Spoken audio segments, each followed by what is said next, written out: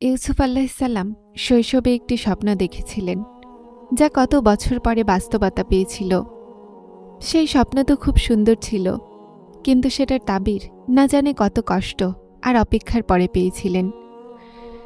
তুমিও একটা স্বপ্ন দেখেছ, তুমিও এখন কষ্টের মধ্য দিয়ে দিনাতিপাত করছ, কিন্তু বিশ্বাস রাখো, তোমার রবও তিনি, যিনি ইউসুফ আলাইহিসসালামের রব। নিশ্চয়ই সব ইলমওয়ালার ওপরে এক ইলমওয়ালা। নবী করিম সাল্লাল্লাহু আলাইহি সাল্লাম বলেছেন, যে কোনো মুসলমানের কোনো দুনিয়াবী কষ্ট দূর করেছে, আল্লাহ তাআলা তার কিয়ামতের দিনের কষ্ট থেকে কোনো এক কষ্ট দূর করে দিবেন। যে দুনিয়াতে কোনো দুঃখের কষ্ট দূর করেছে, আল্লাহ তাআলা তার সাথে দুনিয়া আর আখিরাতে দুই জায়গাতে সহজ করে দিবেন। আর যে দুনিয়াতে কোনো মুসলমানের দোষ ত্রুটি গোপন রেখেছে, আল্লাহ তাআলা দুনিয়া এবং আখিরাতে তার একটি গোপন রাখবেন। যতক্ষণ বান্দা তার ভাইয়ের সাহায্যে লেগে থাকে না, আল্লাহ তাআলা ততক্ষণ তার সাহায্যে লেগে থাকেন। আর তারপর তিনি তোমাকে তার নিকটবর্তী করার আগে সমস্ত বাস্তবতা প্রকাশ করে দেন, সব পর্দা তুলে দেন, প্রতিজনের ভেতর বাহির প্রকাশ করে দেন। আর তারপর বলেন, আছো কেউ যে আমার থেকে বেশি ভালোবাসে তোমাকে? আছে কেউ যে তুমি পড়ে যাওয়ার আগেই তোমাকে ধরে নিবে? আছে কেউ যে অন্ধকারে তোমার জন্য আলো আনবে? আছে কেউ যে তুমি না বলতেই সব শুনে নিবে? আছে কেউ যে না চাইতে তোমাকে দিয়ে দিবে? আছে কেউ যে তোমার একটা ডাকের অপেক্ষা করে আর তোমার দিকে দৌড়ে আসে? আছে কেউ যে শুধুমাত্র তোমার এক ফোঁটা অশ্রুর অপেক্ষা করে? এভাবেই তিনি আমাদেরকে বলেন যে তোমাকে আমার দিকেই ফিরে আসতে হবে। আল্লাহর রহমত ছাড়া কেউ তোমাকে বাঁচানোর নেই।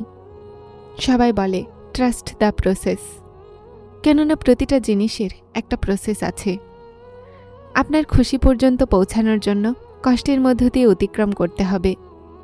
প্রতিটা জিনিস নিজের সময় মতো হয়, সবরও সময় মতো আসে, খুশিও সময় মতো পাওয়া যায়। এজন্য সবর করো, কেননা সময়ের আগে তো ফুলও ফোটে না।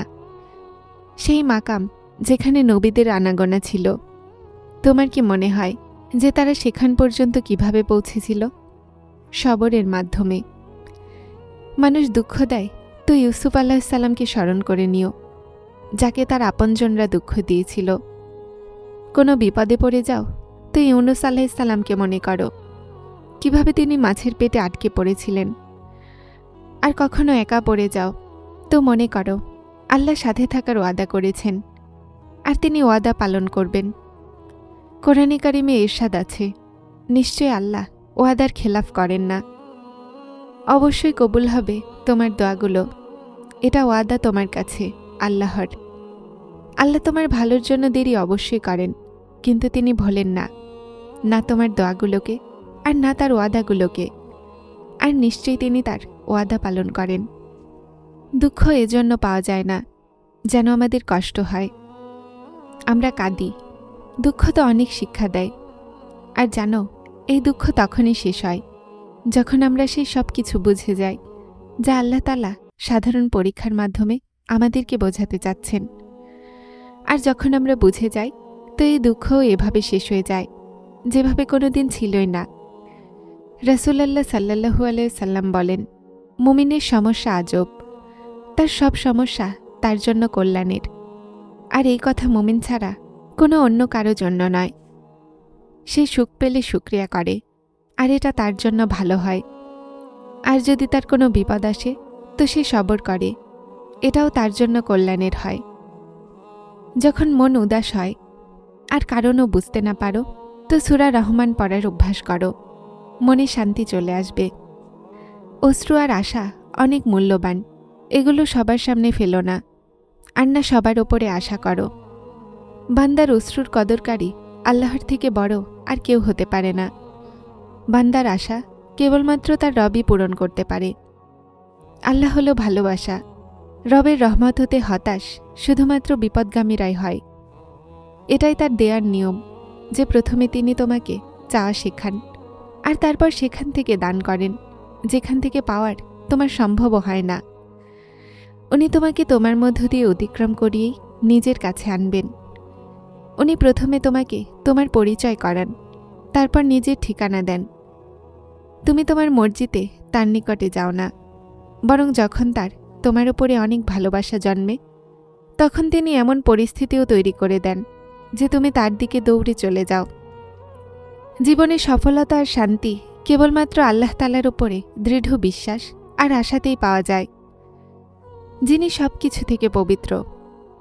যখন মনে হবে কেউ আপনাকে মাঝ রাস্তাতেই একা ফেলে গেছে, তো সেই মানুষের কাছে অভিযোগ না করে আল্লাহর শুকরিয়া আদায় করুন, কেননা আসলে আল্লাহ আপনাকে তার নিকটে আসার জন্য তাকে উসিলা বানিয়েছিলেন। আর নিশ্চয়ই আল্লাহ যা চান তাই করেন। সবার কাহিনী আল্লাহর হাতে আছে, তারপর চিন্তা কিসের? সেই যিনি পাখিদেরকে হাওয়ায় ভাসমান রাখেন, উনি আপনার ভবিষ্যৎকেও ধরে নেবেন। এটার জিম্মাও তিনিই নিয়ে নেবেন। একটা লম্বা শ্বাস নাও, আল্লাহর সাথে সময় কাটাও, আর ভালোবাসাকে অনুভব করো, তার রহমতগুলোকে মনে করো। ছেড়ে দাও দুনিয়ার পিছনে দৌড়ানো, শুধুমাত্র আল্লাহ তাআলার ভালোবাসায় এমনভাবে ডুবে যাও যে তুমি কিছু দেখতে না পাও।